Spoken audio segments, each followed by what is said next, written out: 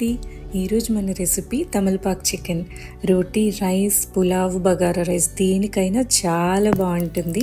తమలపాకులో antioxidants, anti inflammatory and digestion improve అవుతుంది కదా, అందుకే ఇది వింటర్కి పర్ఫెక్ట్ రెసిపీ. చాలా అరోమాటిక్ ఉంటుంది అండ్ మనం తినేటప్పుడు కమ్మగా ఉంటుంది. ఇక్కడ నేను ఉల్లిపాయలు, టొమాటోలు ఫ్రై అయిన తర్వాత మ్యారినేట్ చేసి పెట్టుకున్న చికెన్ని వేసుకుని చికెన్లో ఉన్న వాటర్ అంతా పోయే వరకు మగ్గించుకుంటున్నాను. ఇక్కడ తమలపాకులు, కొత్తిమీర, కర్రీ లీవ్స్, పుదీనా, ginger, garlic, green chilli, curd and lemon juice ఇవన్నీ వేసుకుని స్మూత్ పేస్ట్ చేసుకుని చికెన్లో వేసుకుని మూత పెట్టుకొని కాసేపు మగ్గించుకోవాలి. ఇందులో ఈ పేస్ట్లో పెరుగు, లెమన్ జ్యూస్ వేయటం వల్ల తమలపాకుల నుంచి వచ్చే ఘాటు ఎక్కువ ఉండకుండా కర్రీ మనం తినేటప్పుడు చాలా కమ్మగా ఉంటుంది. మీరు ఒకసారి ట్రై చేసి చూడండి. Thank you so much for watching.